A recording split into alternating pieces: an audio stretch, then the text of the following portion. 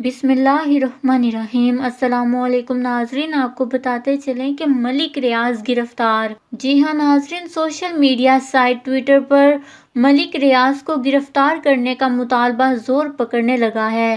تفصیلات کے مطابق ملک ریاض کی برطانوی کرائم ایجنسی سے ہونے والی سیٹلمنٹ اور ملک ریاض کی برطانیہ سے پاکستان آنے والی رقم کے بعد سوشل میڈیا پر بڑی تعداد میں صارفین ملک ریاض کو گرفتار کرنے کا مطالبہ کر رہے ہیں۔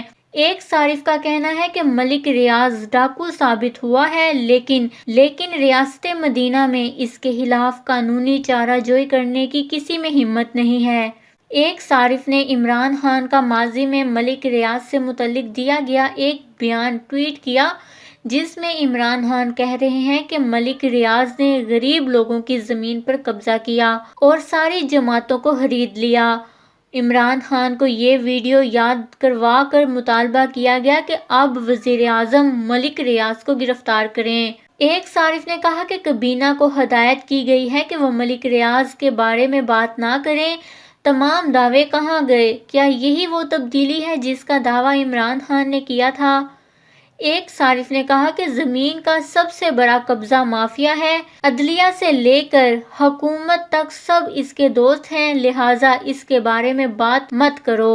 جبکہ ایک صارف نے کہا کہ وزیر اعظم صاحب، آپ کے سپورٹر اور ووٹر ہونے کے ناطے میں یہ سوال کرنا چاہتا ہوں کہ کیا آپ ملک ریاض کو گرفتار کرنے کی ہمت کریں گے؟ ایک صارف نے کہا کہ ملک ریاض کو NRO سابق چیف جسٹس ثاقب نثار نے دیا، دونوں کا احتساب ہونا چاہیے۔ ناظرین، اس کے علاوہ بھی کئی صارفین نے ملک ریاض کو گرفتار کرو کا ہیش ٹیگ استعمال کرتے ہوئے ملک ریاض کو گرفتار کرنے کا مطالبہ کیا۔ جبکہ ناظرین، دوسری جانب ریاض الحق نے سماجی رابطے کی ویب سائٹ ٹویٹر پر ٹویٹ کرتے ہوئے کہا ہے کہ ملک ریاض کی رقم سے ہمیں کچھ نہیں ملنا۔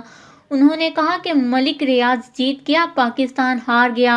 38 ارب روپے جو آئیں گے وہ سپریم کورٹ کی سیٹلمنٹ ڈیل میں جائیں گے، یعنی ملک ریاض برطانیہ میں بھی بچ گئے اور ادھار بھی کم ہو گیا۔